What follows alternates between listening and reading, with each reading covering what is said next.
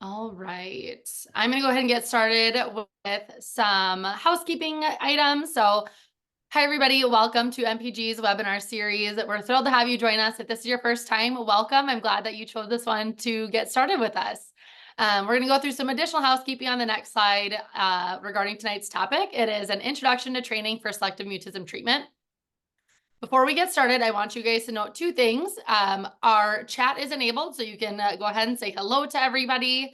But please use the Q&A for any questions that you have for the speakers to ensure that they're seen. Please note, with the volume of people that are attending, we will not be able to get to every question, but we will be answering additional questions on our social media throughout the week. Perfect. And then for those seeking CEUs, so for anybody who is looking for a BACB CEU, we will post 2 code words that you will need to get your CEUs. We will verbally say them. They will be on the screen. Once we move on, we will not repeat them. You will need to stay for the entire webinar, collect both CEU code words, and complete the post-webinar survey that's shared at the end in order to get your CEU certificate. For New York State psychologist, you do not need to collect the code words, but you do need to complete the post-webinar learning assessment and obtain 100% in order to get your contact hour. The recording, which is also available for CEUs, will be posted within a week. Usually it's a lot faster, and we will be sending an email out to everybody once it's up and ready to go. There will be a recording available, as well as an option to access the CEUs for a fee. We also have the slides now shared on both the psychology and the ABA webinar calendar, and we will also be sharing a link in the chat. And then before we begin on our talk, I'd like to tell you all a little bit about Manhattan Psychology Group. We were established in 2011 by Dr. Joshua Rosenthal and have continued to grow into a team of over 200 dedicated professionals. Our team includes skilled adult and child psychologists, neuropsychologists, board-certified behavior analysts, special educators, and ABA therapists. As a team, we're committed to wraparound care, which includes our wide range of services, from mental health and testing to ABA and educational. This holistic approach allows us to address various needs and challenges with compassion and care. Whether you choose in-person consultations at our welcoming locations on the Upper West Side in Manhattan or Long Island City, or the convenience of telehealth, our team is committed to serving individuals, couples, and families of all ages in diverse settings. We are also pleased to offer these free monthly webinars for parents and professionals where we will continue to learn and foster meaningful connections. Our vision at MPG is to create a future where individuals and their families feel supported, connected, and empowered. And our mission is to provide multidisciplinary integrated support for individuals and their families who experience mental health, behavioral, and educational challenges. All right. And without further ado, I am so excited to get to introduce our 2 speakers for tonight, Dr. Chelsey Rosen and Clare Romero. This is a very exciting talk for us at MPG because they are both MPG clinicians from our mental health and our ABA behavioral health side. So starting with Dr. Chelsey Rosen, she's a New York State licensed psychologist and a New York State school psychologist. She received her bachelor's in psychology from the University of Maryland at College Park and her doctoral and master's degrees in school psychology from St. John's University. She completed both her postdoctoral fellowship and clinical internship at Kurtz Psychology Consulting under the direct supervision of Dr. Stephen Kurtz. Dr. Rosen is a certified therapist in parent-child interaction therapy and a selective mutism specialist. She has trained, supervised, and consulted to clinical psychology trainees, licensed psychologists, and various school personnel in various behavioral therapies. In addition to PCIT and selective mutism, Dr. Rosen has expertise in providing evidence-based treatment to children and adolescents from ages 2 to 21.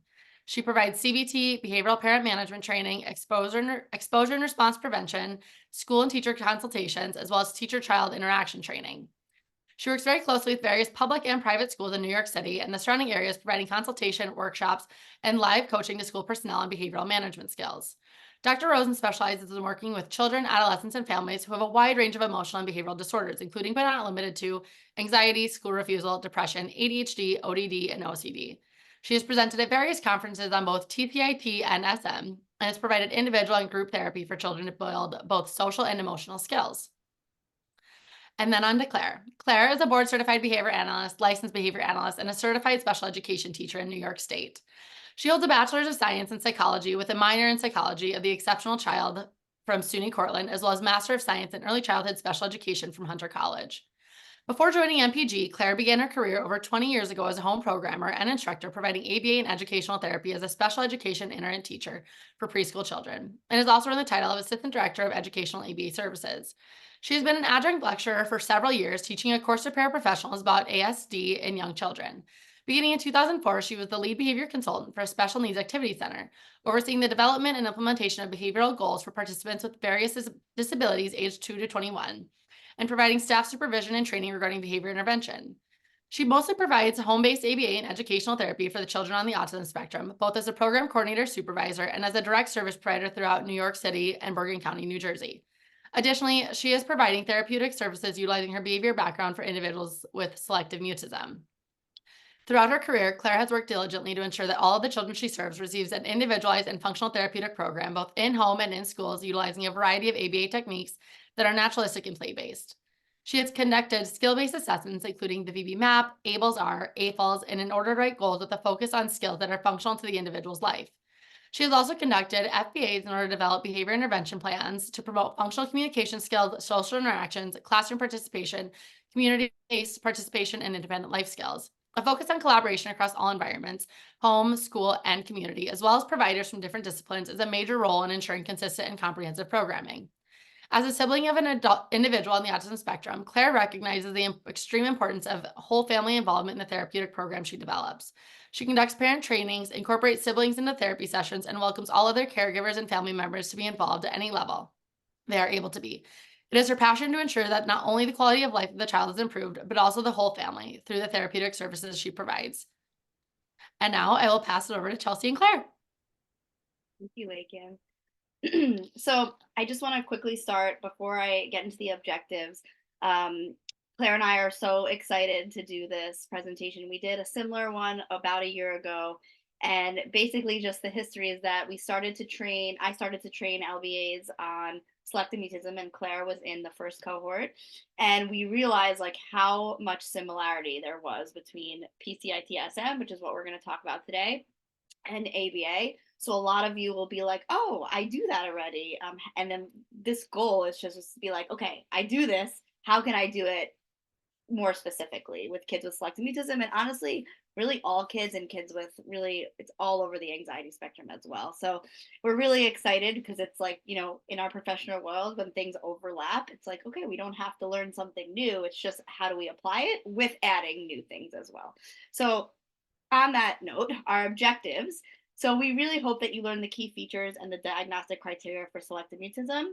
Hopefully you'll be able to identify similarities and differences between autism and selective mutism. So there is a lot of overlap. We also want to identify the importance of collaborating. So again, a lot of this isn't new, but it's super, super important to collaborate, especially with selective mutism, because we're working in all areas of the child's life. Honestly, for all of you, you probably feel this way about every single thing that we work with. We're also going to talk more about data collection that we use in our practice to make sure that we're, you know, keeping data, following, you know, making sure we're making improvements, and really it's about the child and not necessarily just the diagnosis. So, oops, the first thing I want to do is, Lakin, can you just open the poll for who you are? We would love to know who's here today. So I see lots of BCBAs, some speech therapists, that's awesome. A lot of mental health providers.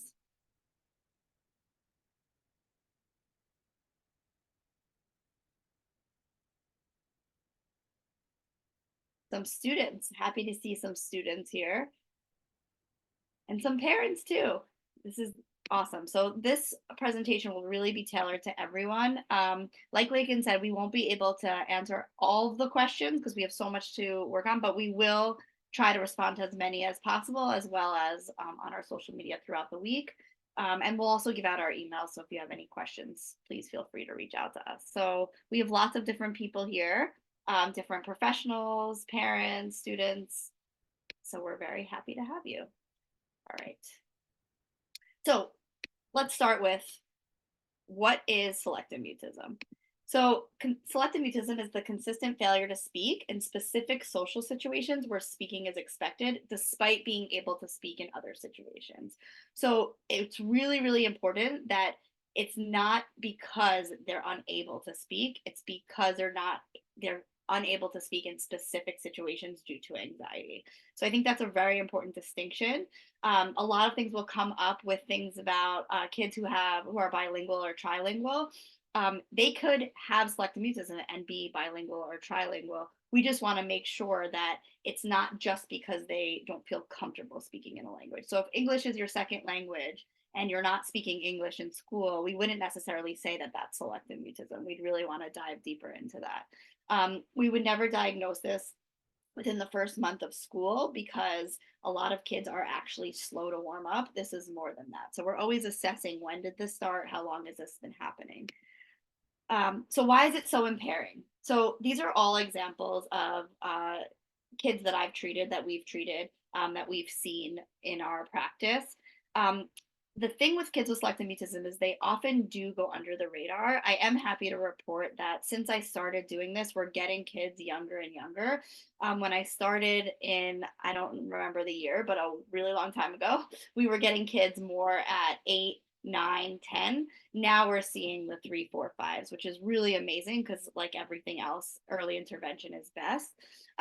But the thing with selective mutism is that it's impairing in ways that people don't realize it's impairing. So in school, a lot of teachers will say to me, they're the easiest kids. Like they follow directions, they do what they need to do. And I'm like, yeah, but they're also not talking. So that is really important. I feel like I find myself almost having to advocate a little bit more for these kids than I do with other kids that I work with. What selective mutism is not. So it's not oppositionality. I will admit it often looks like oppositionality because we know this child talks and then they're in a situation and we just want to shake them and be like, just talk. It's not that they're being oppositional. It's really that their anxiety is very high. That being said, we can have kids who have selective mutism and they can be oppositional. So it's hard to tell the distinction. But it's not because they're oppositional. It's not trauma induced, which was a very common, it used to be a myth that people used to think that it really was trauma induced in the past. Autism, it's not autism. It can be comorbid. It's not just being shy. It won't go away on its own. And it's also not the same as social anxiety, although again, it's often a comorbidity. So this is a really fun slide that we just created for this specific webinar. And we took a lot of time to do this, and me and Claire were kind of geeking out before about how we can't wait to use this more, because there's lots of similarities and differences in selective mutism, social anxiety, and autism. So you'll get these slides, but basically the common things that they all have is that they're most commonly diagnosed in childhood. They're typically comorbid. Kids struggle to make eye contact. They might present as behaviorally inhibited in some settings. And then there's all these separate things. So with selective mutism and social anxiety, I'll kind of start with that because those often get diagnosed together. A lot of kids with selective mutism also have social anxiety. But the social piece is really looking at their behavior, right? So a kid with selective mutism, if I were to watch them, just selective mutism, if I were to watch them or observe them in school, you would think that you might not pick up on it unless you're focusing specifically on the verbalization. So selective mutism is really just about verbalizations. The social anxiety piece is about that other piece of it, like difficulty participating in physical activities, movement breaks, gym, music. They may not eat in front of others or use the bathroom. So when you're assessing for this, I think the thing that often goes missed is, like, I always ask on every intake, do they eat in front of others? Do they use the bathroom at school? And parents sometimes look at me like, that's such a weird question to ask, but it's really important because if you find out that they're not eating, and people might not even be looking for it, so we really want to know, it's likely a sign of social anxiety. And then obviously with autism, there's a lot of other things, but there's that overly fixated on certain topics, engage in repetitive behaviors, difficulty using or understanding nonverbal communication. You can read all of those, but the reason why it's not as much anymore, but a lot of kids get misdiagnosed is because, like, if you're just looking at a kid with selective mutism and you're asking them a question, right, they might look away, they might not have eye contact, they might engage in nonverbal behaviors, they might look like they prefer to play alone. There's a lot of that overlap that that we see. So it's important to be able to tease it apart. And again, they could have both or all three, but it's important to figure out like which behavior is what. So here's your first code word. I'll leave that on here for a few seconds.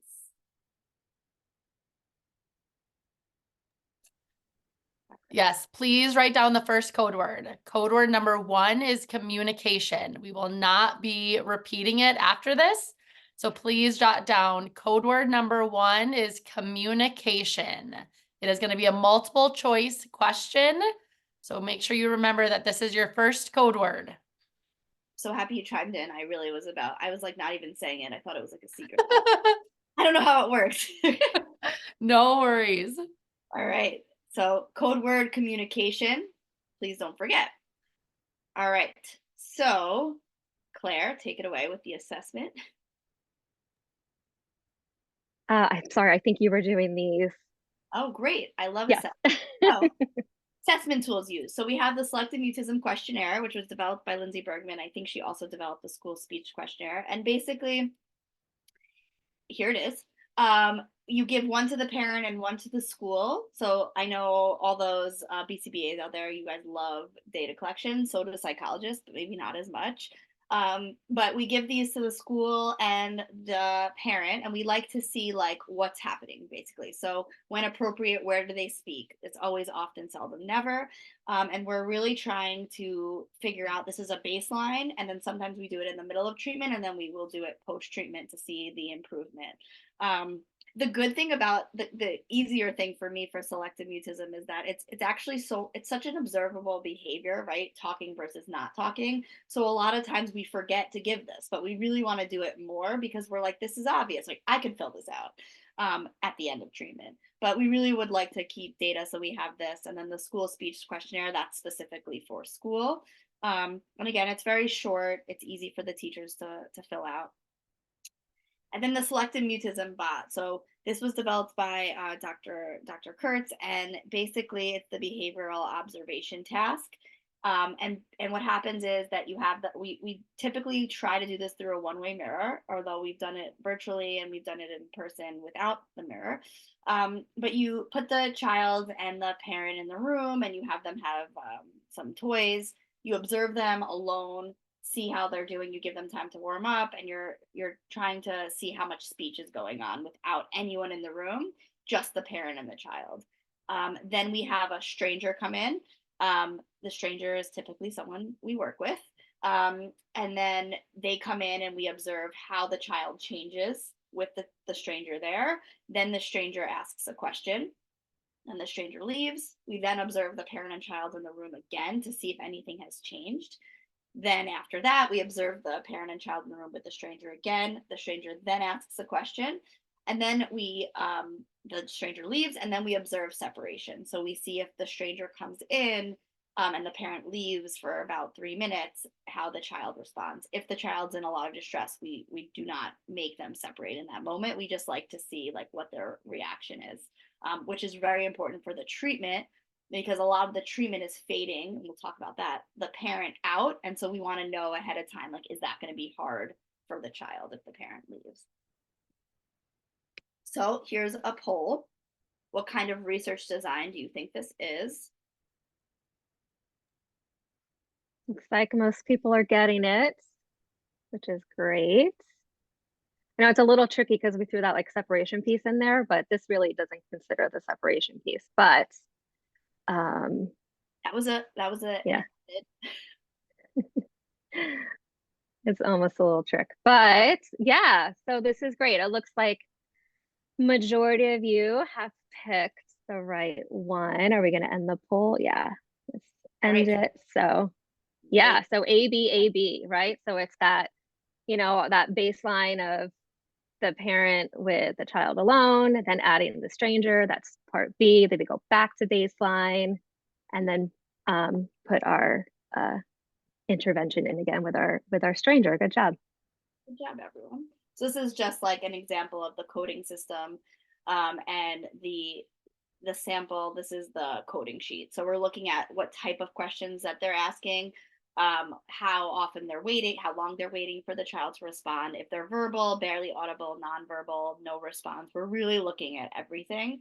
And this is really helpful to see from the beginning to the end. So I actually often will show parents this, and it will be like pretty crazy where they come in and you're like, I could have, I tracked, let's say, 5 verbalizations in an hour period. And then they, at the end of our sessions, it's kind of even awkward. The parents say, it's so awkward for you to do this because like they're just talking.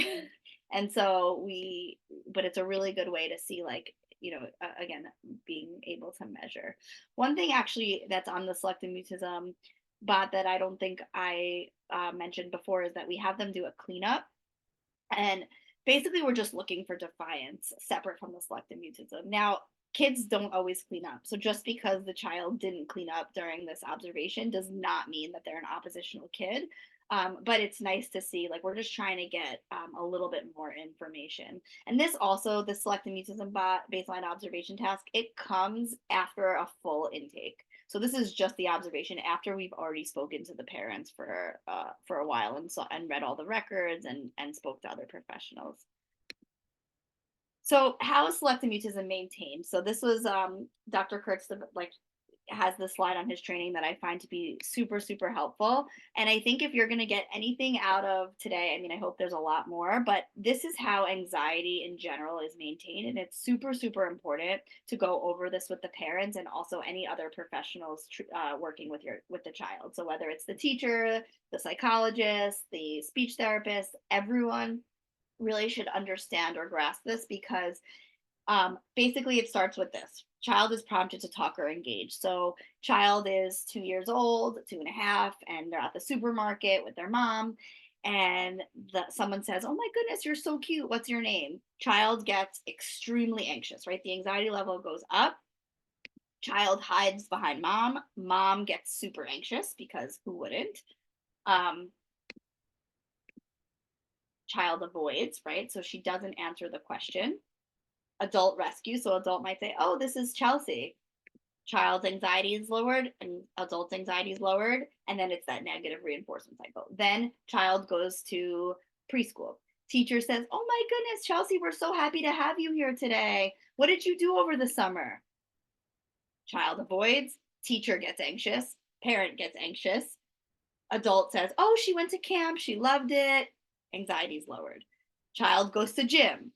Music class. I mean, you see the pattern. It's this negative reinforcement. And so our job is to break this cycle. And the reason why I say this is one of the most important things to learn is because if we don't break the cycle, child will, I'm not saying they'll never talk, but it will be much harder, because if something is super hard for you and you're able to get it without using your words, which is the hardest thing for you to do, you're likely going to take option B, right? Rather than speaking, if you're anxious about it, you'd rather do any other thing, pointing, nodding, like anything that you can think of. So just thinking about this, like, we just really want to decrease that avoidance and really prompt them and give them the opportunity to speak.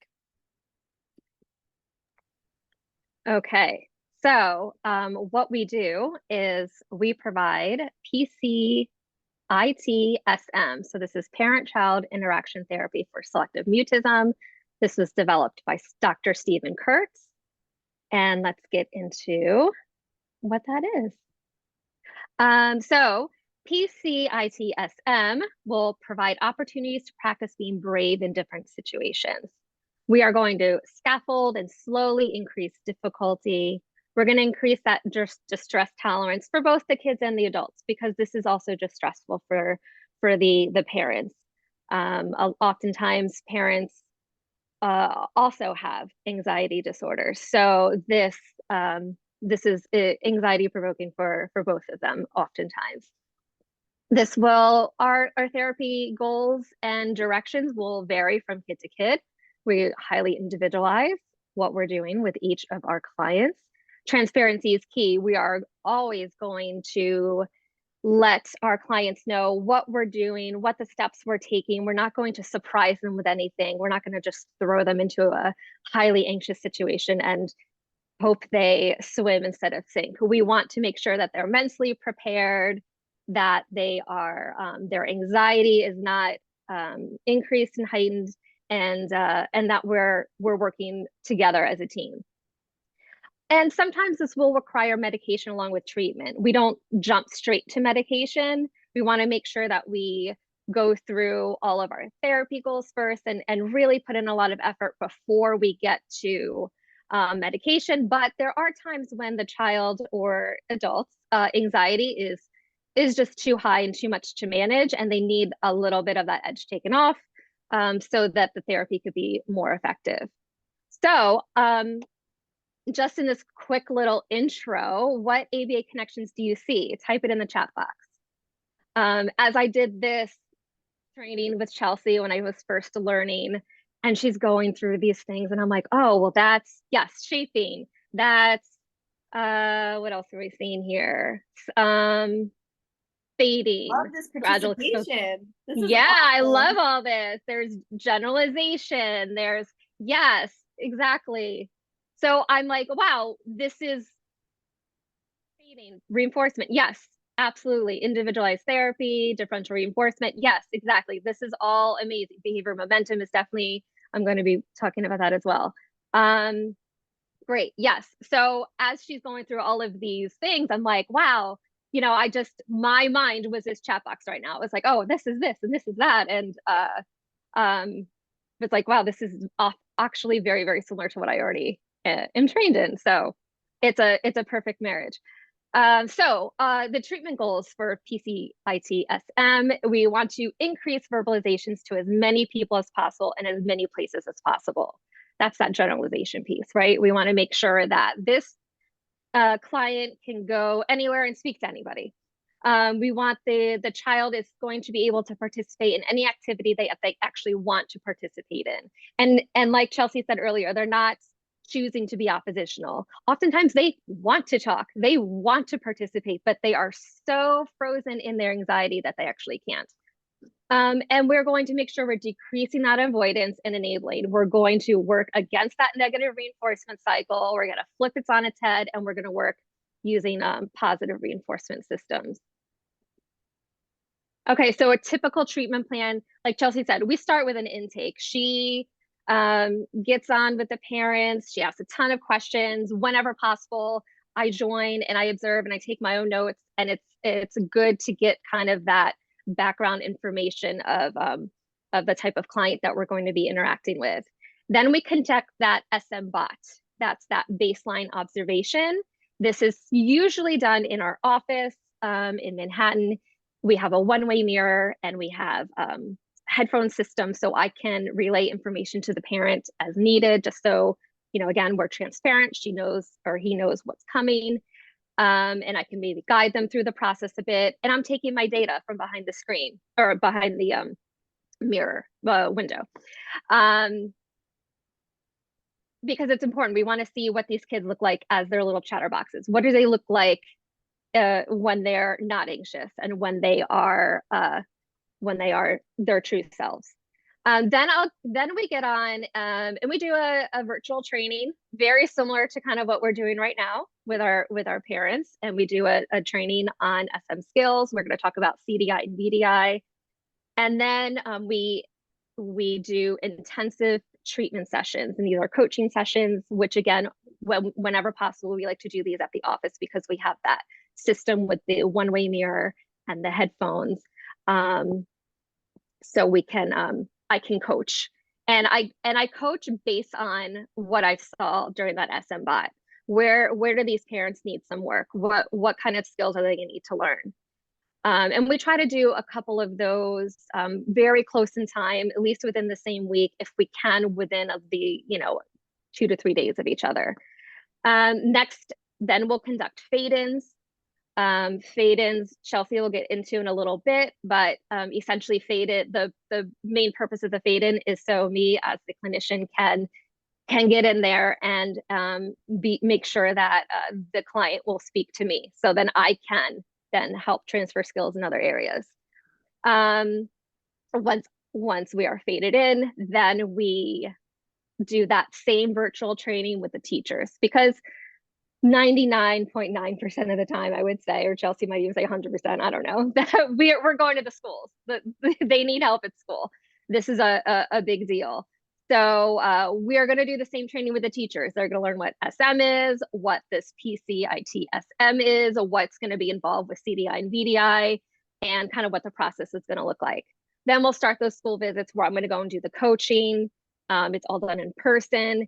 And then the point is for me to teach them what to do, and I can get out. This is supposed to be, I like to say it's kind of like heavy loaded on the front. It's there's a lot in the beginning with a client, and then we try to back up as much as possible, as quick as possible, so that the people who are in these kids' lives are the ones who are actually doing the therapy moving forward. And then we can do consultation visits and stuff like that. And then we're going to also do community exposure. So we'll do coaching with the parents and family members and neighbors and friends and play dates and whoever and wherever is necessary for each individual client. I just want to jump in real quick. So this is a typical treatment plan. Sometimes we can't get into the school, right? Ideally, we would love to get into the school. Like we work one-on-one with them. Like we're constantly using these skills all day, every day with them. But a lot of times we can't, or we have clients from out of state or upstate or far away that we can't get in there. So a lot of times we will do these virtual, and we can, and it is very effective. That being said, like we would prefer if we can get into the school, just because it typically works faster because we are the ones that are doing it and the teachers watch us.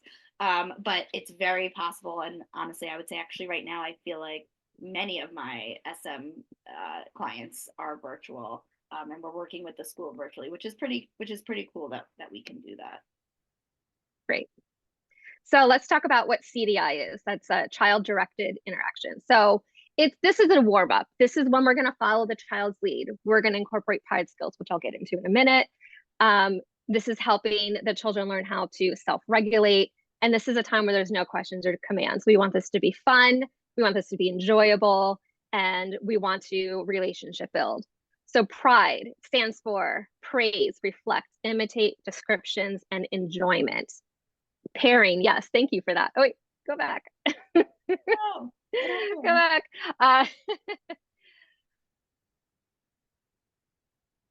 Go through what each one is. Okay, so praise, labeled praise. You know, us BCBAs in our ABA world, we call this behavior specific praise. It's the same thing. We're going to really define our praise and be very specific about what we're praising with the kids, which is speaking, right? Most of the time, right?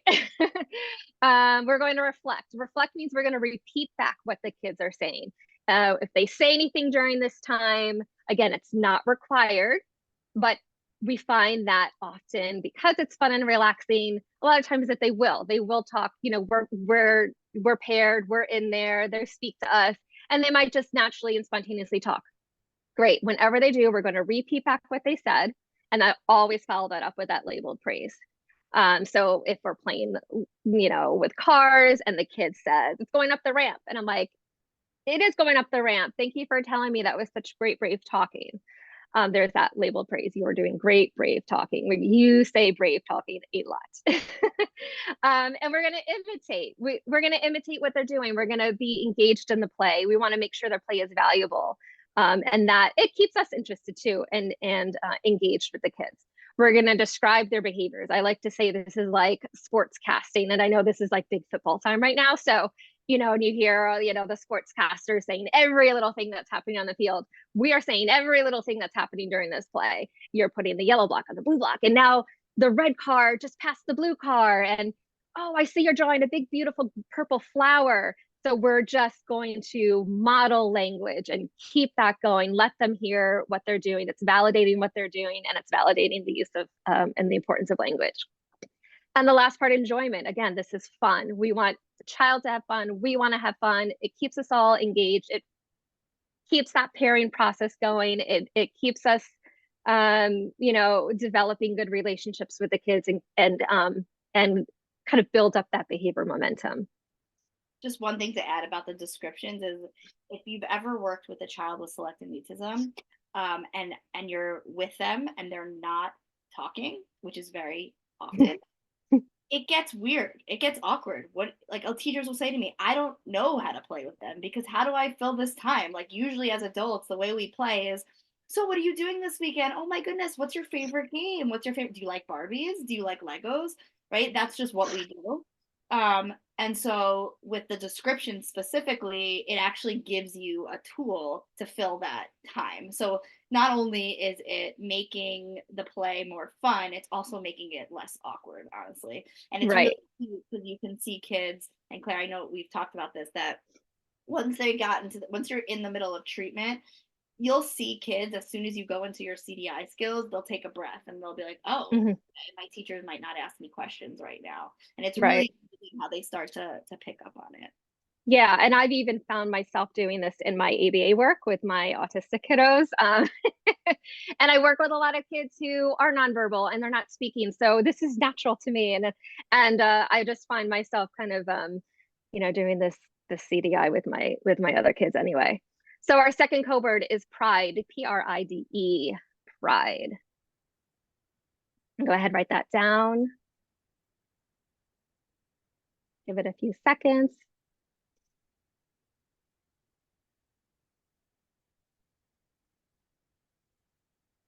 Okay, so again, during CDI, verbalizations are not required, but if they happen, and this actually applies to once we start throughout the entire process with these kids, any verbalization that occurs, we're going to reflect and do label praise. So we're going to repeat it back, we're going to echo them, and we're going to provide that behavior specific phrase.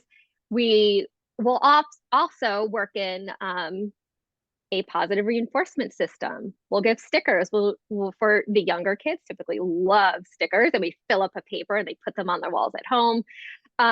Or older kiddos, not so into stickers, then we'll use brave talking points or like a token system where they are, working towards earning some sort of prize.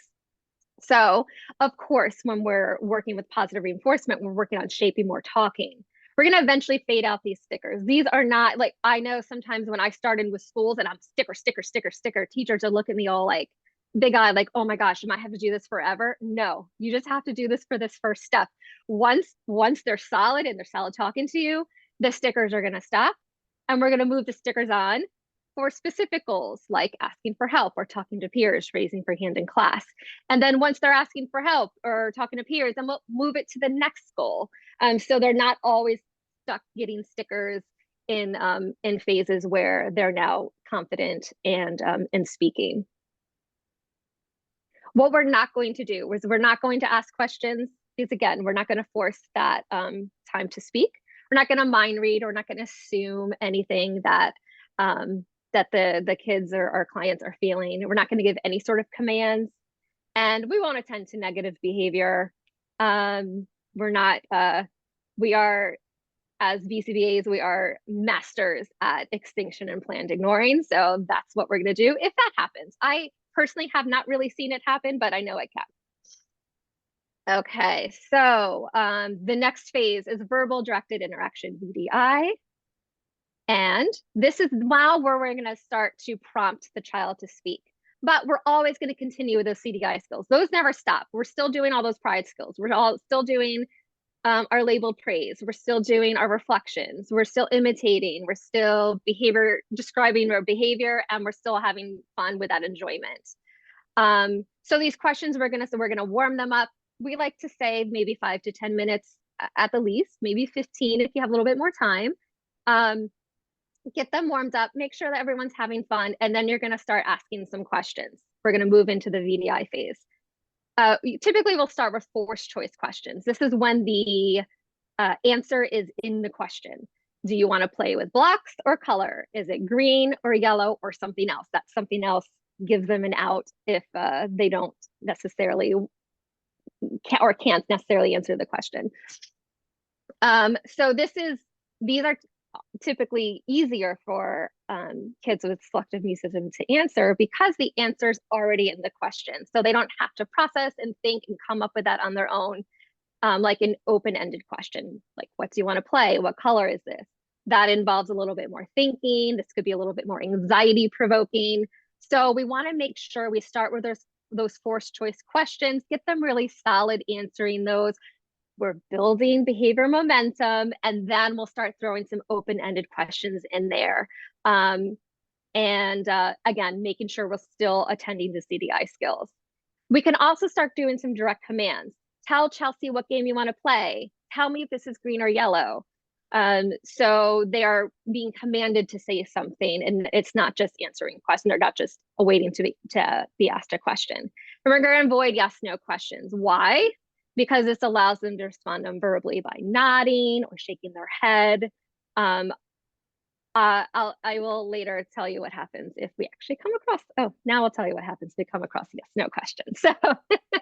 So an effective VDI sequence looks hopefully something like this, right? So the most effective is we give that forced choice or open-ended question and or a direct verbal command, or there's some sort of prompt for verbalization. There's that verbal response, and then there's a reflection or label praise. I want to note, you see at the top there, it says wait 5 seconds. So every time we ask a question or give a verbal command or some sort of prompt, we're going to wait 5 seconds. We want to give that kid some time to process, to think, to reduce that anxiety that might start bubbling because, oh my gosh, now I have to speak. So we want to give them a little bit of time. And sometimes it does take them that full 5 seconds. I'm counting to 5 in my head, and I get to 5 and then they answer. So we want to make sure we give them that time. Sometimes they'll answer right away. As they become more confident, you'll see the responses happen a lot faster. And so when you don't wait the 5 seconds and you just ask, then that's just going to increase their anxiety, increases your anxiety, increases anyone else's anxiety that's watching this. It's like, well, they're not talking. Okay. Sometimes we're going to have that prompt for verbalization and there's going to be no response. We waited the 5 seconds, they don't respond. They just look at you blankly, they ignore. What do you do? We're going to reformat or repeat the question. Is this yellow or green? They didn't answer after 5 seconds. Oh, I'm sorry. Let me try again. Is this yellow or green? Maybe they still didn't answer. I'm going to reformat it. Is this yellow, green, or I'm not sure? A lot of times they'll take that I'm not sure option just to get out. And that's fine because they answered and they used language. We reflect back. I'm not sure. Great. Thank you for telling me. Great, brave talking. Here's your point. Here's your check. Here's your sticker. So even though it had to be repeated or reformatted, they're still going to get that positive reinforcement for speaking. Sometimes we get a nonverbal response. Maybe they gesture, they point, they nod, they try to write an answer. So we're going to acknowledge and say, oh, I see you're nodding your head, or I see you're pointing to this block here. Was it yellow or green? So we're going to prompt for that verbal in a neutral way. And then we might get that, no response, nonverbal response again. After 5 seconds, we'll go to plan B. Plan B is we're going to go back a step to where they were last successful. And maybe that is CDI, right? If we are working on forced choice questions, all right, let's go back. Let's do some CDI. Let's build some behavioral momentum and go back to it in a few minutes. And we'll try again. But if we do acknowledge the gesture, we repeat the question, we get the verbal response, we reflect, label, praise, they get their reinforcement in whatever way it is designed for them, and we move on and we keep going. What we're not going to do during VDI is give indirect commands to talk. And I'd say BCBAs are often actually very good at this as well. We're not going to give them an out. So can you tell Chelsey what color this is? They can shake their head no. They can just ignore. It's like, okay. So we're just going to make sure we're always going to format that in a direct command. And we're not going to do rapid fire questions. So not only are, we're waiting those 5 seconds to make sure we're not rapidly fire in that way, we're also not going to ask a forced choice question, ask a forced choice, ask a forced choice, and just do them back to back to back. We want to make sure that we're always building in CDI time between these verbal prompts. At times we might decrease the time of CDI to build that behavioral momentum, in particular when we're working towards something a little bit harder, like maybe open-ended questions. So maybe I'll decrease that CDI time and ask my forced choice questions a little bit closer together, but they're not going to be back to back to back to back. because again, we want to make sure that their anxiety is level, they're successful, and we're moving forward. And we're also not going to enable. We're not going to thank you. We're not going to enable and perpetuate that negative reinforcement cycle. So there is a difference between enabling and accommodating, because sometimes we do need to accommodate. We need to meet the child where they are. We need to scaffold. We need to help them be successful. That's accommodating. So maybe in a situation where we're going out into the community and a child is ordering an ice cream, and our goal is for the child to order directly to the cashier, but they're at a place where they're most successful answering the question of what they want to order in front of the cashier, but maybe to me as the clinician. If that's where they are right now, that's what we're gonna scaffold to. That's where we're going to shape it to. That's where we're going to reinforce it. But we're gonna keep working towards and practicing so that they do eventually order directly from the cashier themselves. Enabling is that cycle that Chelsey talked to before. It's that rescuing of the child. It's also staying on the same step for too long and not moving forward. It's always like, well, I guess she's always just going to have to order from the cashier in front of them, but like answering to mom or dad or to the clinician.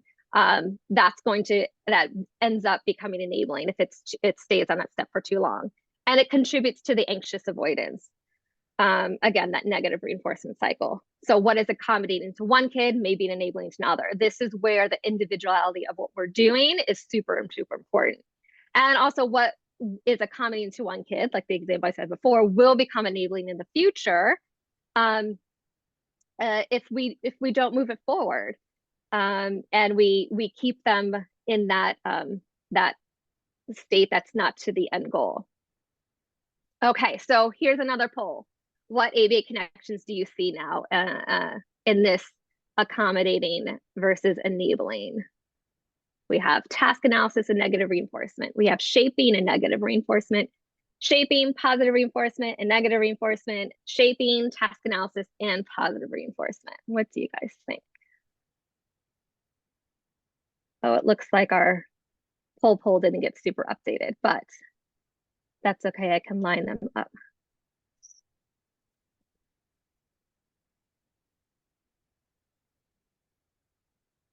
Good. Thank you guys for participating.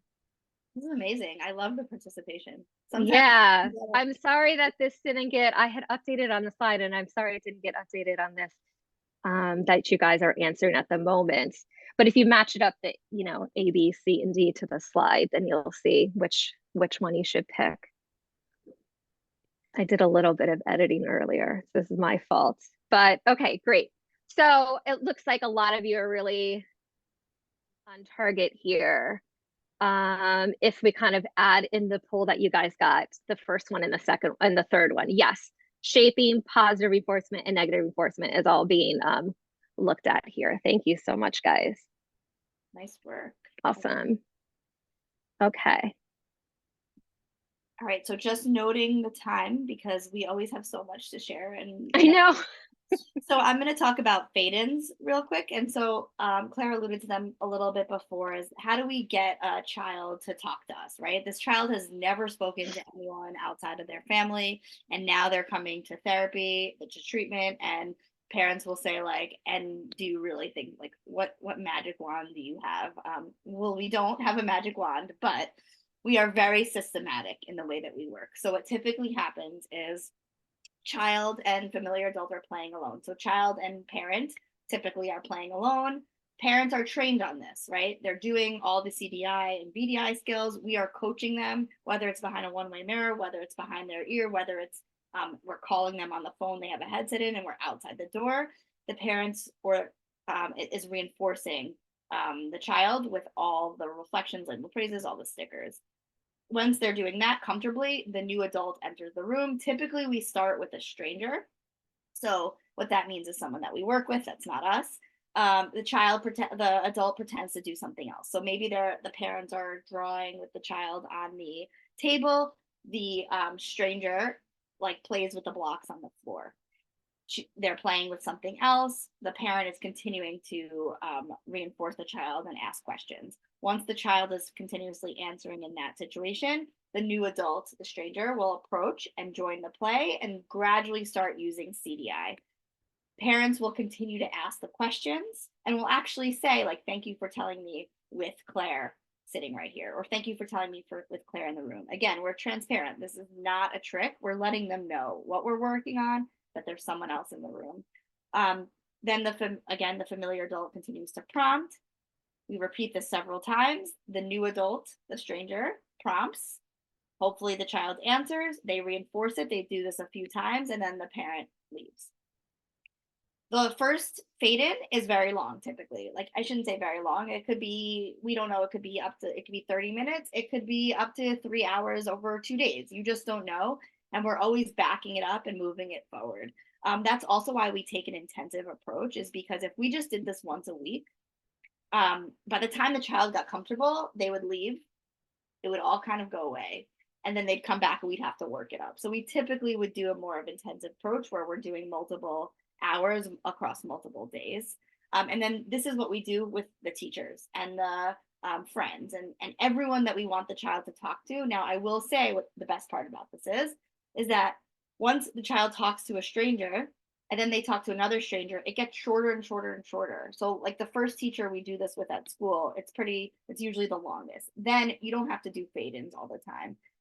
It's not like every new person that this kid meets for the rest of their life, we're doing a fade-in. So exposures is having the child do the very thing they're afraid of doing, right? So they're afraid of talking, so let's help them talk, right? So we're doing exposures to increase that and to promote the generalization. They're also increasing the self-efficacy, right? So if you're the child who doesn't talk, everyone knows you're the child that doesn't talk. So then it becomes this like, it's so hard, I can't do it. And then once you do it, we say like the floodgates open. It's actually pretty cool. One other clinician we were working with shared with me yesterday that she overheard, she was in the other room and she overheard her telling her mom when she went to the bathroom, like, can you believe it? Like, I used to be so afraid of talking, and now can you believe I'm talking? And it's like, it's really sweet. Like, it's the best. We just love it. You can tell we're kind of nerds for this because you're building that belief that they can do it. Okay, so just real quick, Claire, you want to do this one? You want me to do it? Okay. So examples of goals for show and tell. So we really work up that scaffolding. I'm sorry that I'm sort of rushing. I just want to leave time for some questions. So we start really small. So if, let's say, show and tell is what they're doing at school, what we might do, the first step is we write out the show and tell outline with the parents at home, and then the teacher reads it in front of the class. The next one would be they practice show and tell with the teacher in the classroom alone. The third one would be practicing show and tell with one teacher and one peer in the classroom. Then show and tell in front of 1 to 2 peers, and then show and tell in front of the whole class. So what we were talking about with accommodating and enabling, this is an accommodation. So for a kid to write out show and tell, they're not like the teacher's not saying you don't have to do it because it's too hard. They're saying you have to do it, but we'll meet you where you're at, and this is how you can do it. Once the child is able to do it in front of the teacher, that becomes enabling. So we wouldn't allow that. We wouldn't say like, yeah, she can do it at home. It would more be like, nope, that's not an option anymore. Here you go, Claire. Sorry, I was off. No, that was great. And then really, really fast. How are some ways we can take some data collection? So like you saw earlier, we have that SM bot. That's our behavior observation tool. It's used for our baseline with the parent. It's used to guide our training. That's when we're seeing the true child. So we're taking our data, we're setting our goals for coaching and training of the parents, and we're seeing what it is that these kids are actually capable of. Another thing we use, and I'll show you in a second. Oh, here it is. Thank you. Is the you can go back. Yes, the SM skills coding sheets. So we can take skills during CDI and the VDI times. So these are just tallies. It's really easy.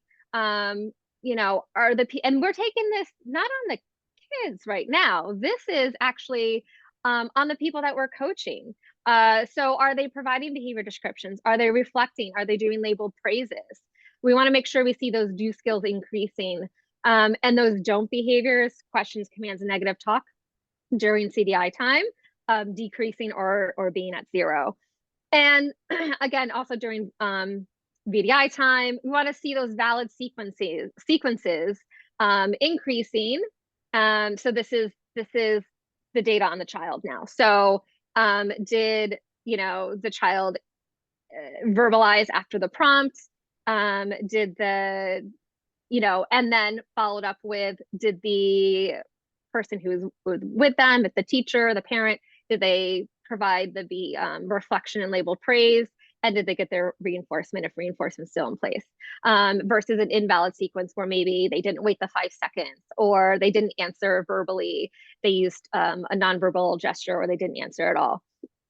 So we're tracking those forced choice open-ended. And we have yes, no on here as well, because we actually want to make sure we don't see this happening. And if it is happening, we can make sure we're continuing to guide our coaching to work towards not asking yes, no questions. Now, I will say they do still happen, especially with teachers. I find it's really hard to get out of the habit of not asking yes, no questions. But our biggest tip is, if you find yourself asking a yes, no question, is this a flower or a shirt? You can quickly add in another option to make it a forced choice question. And you can fix it that way. Also, I have seen, in particular with my last client that I have worked closely with, that the teachers, as much as I coached them on this, they continued to ask yes, no questions, but the child was actually verbalizing yes and no. So I was kind of like, okay, they're reflecting, they're label praising, he's getting reinforcement, he's verbalizing. So at that point, I didn't harp on it too much, but I did give reminders. Really try to make sure that you're staying away from yes, no questions, just in case you see those gestures happening. If they do happen to nod or shake their head, it's like, oh, I see that you're nodding or you're shaking your head. Was that yes or no? So then you can still make it a forced choice question. So you go back a second, Chelsey, back to the other one. Back one more. Yes. So we can graph those results. We can look for those upward and downward trends, and nerd out and geek out, as us BCBAs love to do. Data is our life. Is we can give these SM questionnaires throughout treatment that Chelsey talked about earlier. They're really simple, they're really quick. Maybe you give them monthly or, biweekly or whatever it is. It depends, I guess, on how quickly the child is progressing through treatment. But you can also compare that to see, results to baseline, how their progress is looking. And if there's any other ideas, feel free to throw them in the chat box and share. I know that BCBAs are incredible at thinking of new and intuitive ways to take data. But right now we just have a very, very simple process. It just keeps it easy. As you find as you're doing this, especially as they're talking, it's like really quick. You're tally. So tallying is the way to go. You can even get those little golf counters and click as well to take your data. So great. Thank you guys so much. Those are our references, and if anyone has interest in getting more in-depth training, we are starting to offer some selective mutism training opportunities where you'll get coached, you'll get trained, and you'll get, we're doing a lot of different options. So please, if you feel like that's something you want, just click the link in the chat box, because we're excited to have you. Perfect. And then for everybody who attended, you will also get an email. I shared a couple links to the CEU quizzes in the chat. I see that there's a lot of activity going on, so you may have missed it.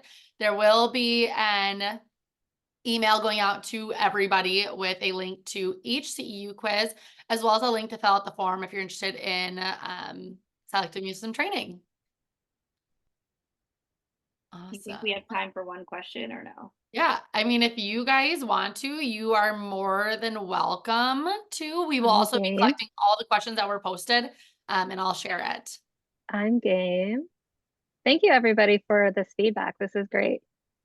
So, and hi, Mary. Hi, Brittany. Some of my old coworkers are here. So this is great. I'm just going to ask the first question, answer the first question. When students become upset and go mute, does that count, or is that different? Do they need to be quiet in certain situations all the time? So I think that's a very, very, very good question. And oftentimes I'll say like, well, what specific situation are they going mute, right? Like if they're going mute every time that they're upset, right? That is selective, and it's probably not the same thing every time, right? You'll probably find it in different situations. That being said, even if kids don't meet criteria for selective mutism, and I think this is super important, we treat the behavior, not necessarily the diagnosis. So I would say, let's say that's the situation, do it. Go for the treatment. There's so many times where kids will come in, they're like on the cusp, and teachers will say, well, or someone else will say, well, did they get the diagnosis? And I'll kind of go back and forth and I'll say, you know what, right now, I have to do a little bit more observation, but we're doing the treatment, because whether or not they meet criteria for selective mutism, this will help them not go mute in those situations. And Claire, if you want to answer one question, I know it's 9:01. Oh, no, I'm fine.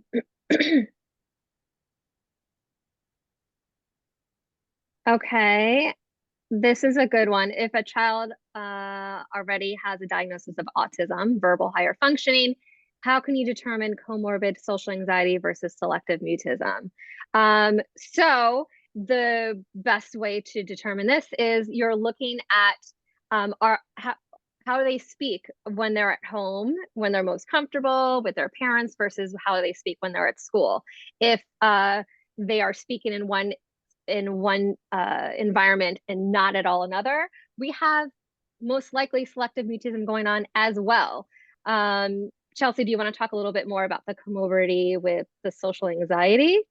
So again, the social anxiety piece, we're really looking at, is it verbal or not? So a lot of kids that have social anxiety often look like they have selective mutism, but they're talking, right? They might only be answering one word. And again, I know I said this before, I would still use these skills with a kid with social anxiety, even if they don't meet criteria for selective mutism, because we don't just want one word answers. We want to help them expand on that. But really, with just selective mutism, we're really looking at the verbalization. And is it because they don't know the verbalization, right? So if you see, like I said before with the language, if you see a child isn't speaking in English but is speaking in Spanish, still could have selective mutism, but you need to know, do they know how to speak English, right? Is it broken English? Is it like, you need to know what their comfort level is with that. So again, selective mutism is really that verbalization piece. Right.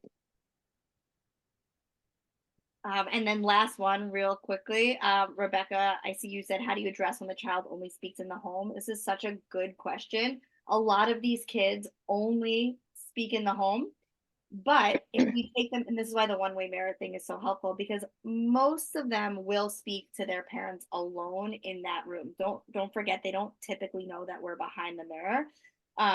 And so they will speak as if they're at home, if they're just with their mom. Remember, there's no one else in the room but them at first, and that's how we're assessing it. We have had situations where the kids do not speak at all when they're outside of the home. And if that's the case, we'll try to do an observation virtually, where we'll tell the parent, just put the computer down and just turn off the screen. And I mean, we'll turn off our camera. And then we typically do hear some verbalizations. Now, if we don't hear any, then I think we can say that they meet criteria for selective mutism, and that's when we would really teach the parents these skills, even without hearing the child speak. But it's a great question, and I think that's why we really love having that one-way mirror. Again, it's a privilege to have it. I know not everyone does, so we do find other ways, but for me, I find it much easier because it's that, like, we're kind of accounting for all of these variables. Like, there's no one else there with them. Can I actually answer one more, just to give another a BCBA answer for a question? Mary had asked, do you do a preference assessment before the treatment? This is something us BCBAs do. Have you encountered clients that do not like verbal praise? So yes, absolutely. There are definitely kids that sometimes that verbal praise, especially if it's really loud, it's drawing attention to them, that might be triggering some social anxiety. So we might do it a little bit quieter. We might be maybe a pat on the back, a thumbs up, a wink, something that's a little less obvious, but they're still getting some sort of praise and acknowledgement for working on their brave talking. And a preference assessment, I don't do want a preference assessment, but I do ask the family in particular, the first time before we even meet to come in for the SM bot, what are some things that they like to play with? What are some things that they really enjoy doing? Because we want to make sure that they are having fun and enjoying the process.